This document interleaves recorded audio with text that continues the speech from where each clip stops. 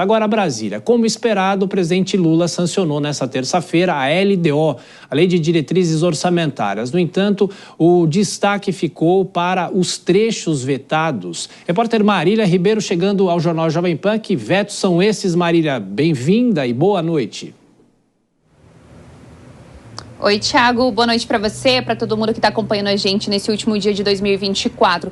Nós estamos falando, Thiago, dos vetos do fundo partidário. Além disso, o presidente Lula também acabou colocando certas travas nas emendas parlamentares que estão nessa lei de diretrizes orçamentárias. Agora, vai caber ao Congresso Nacional, aos deputados e aos senadores, se vão manter ou se vão derrubar esses vetos. Essa análise vai ser feita pelo Congresso Nacional, Thiago, apenas no mês de fevereiro, que é quando o Congresso retorna aos trabalhos. Vamos lá falando dessa questão dos vetos do fundo partidário. De acordo com o governo, a proposta não é de acordo com o regime fiscal sustentável, pois aumenta o fundo e comprime o valor das demais despesas da Justiça Eleitoral. Esse veto a esse trecho do fundo partidário, ele foi colocado, foi sugerido pelo Ministério da Fazenda e também pelo Ministério do Planejamento. E assim, o presidente Lula acabou acatando essas sugestões dessas duas pastas.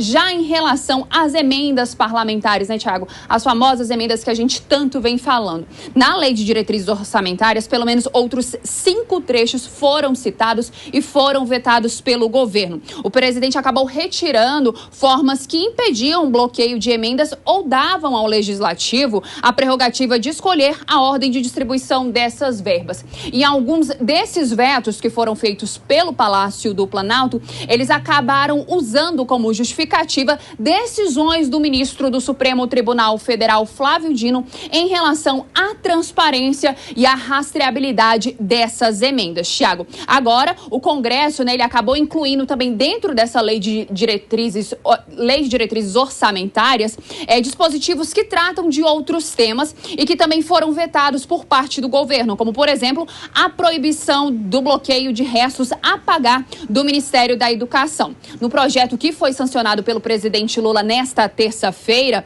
a meta fiscal para 2025 ela é de 0, E o que representa 30,9 bilhões de reais de déficit fora da regra fiscal e autonomia para estatais dependentes do Tesouro. Então, Thiago, agora vai caber ao Congresso Nacional decidir, se vai manter ou se vai acabar vetando esses vetos que foram feitos se vai manter esses vetos que foram feitos pelo presidente Lula na LDO de 2025, que foi aprovada pelo Congresso Nacional no último dia 18 de dezembro, Thiago. É isso. Marília Ribeiro, você volta daqui a pouquinho, direto de Brasília, vou chamar a Dora Kramer. Ô, Dora, isso está com uma cara, quando se fala em fundo partidário, o presidente Lula vetou esse trecho, está com uma cara de que o veto pode ser derrubado, mas tem um porém, porque o próximo passo é o orçamento. O orçamento não foi votado nesse ano. E aí, talvez, os parlamentares recuperem esses recursos que o presidente vetou no orçamento. É esperar para ver, não é?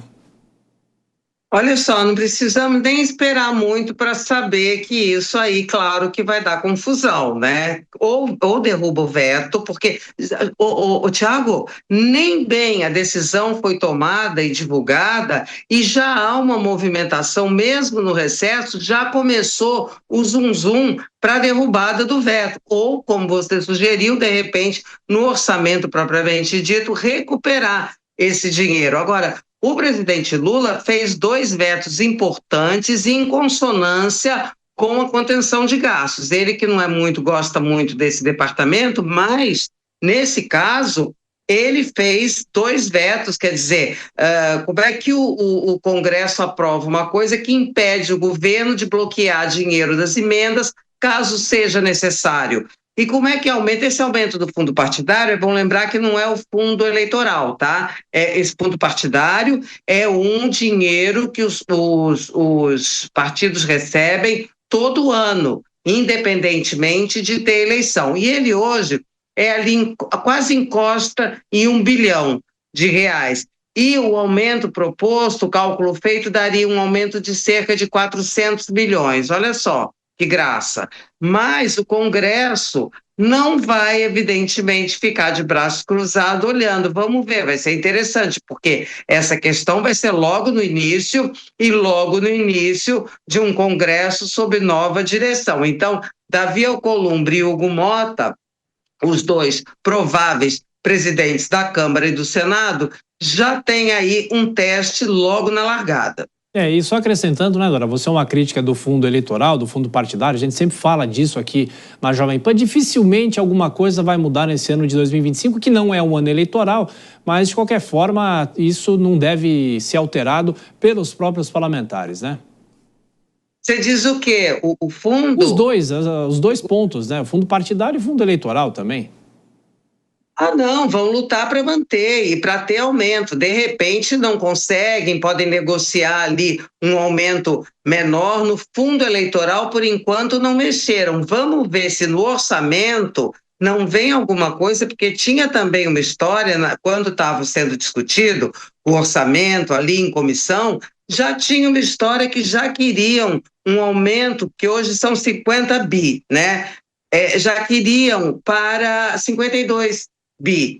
Então, isso aí vai ser uma briga que eu não sei se o Congresso ganha, porque olha só, o Congresso também não está. Tudo bem, é forte, tem maioria, tal, mas essa questão das emendas está fragilizando. Eu sei que nós vamos falar disso já, mas isso está fragilizando o Congresso também diante da opinião pública, né? Então, talvez fique mais difícil abocanhar mais um naco do orçamento.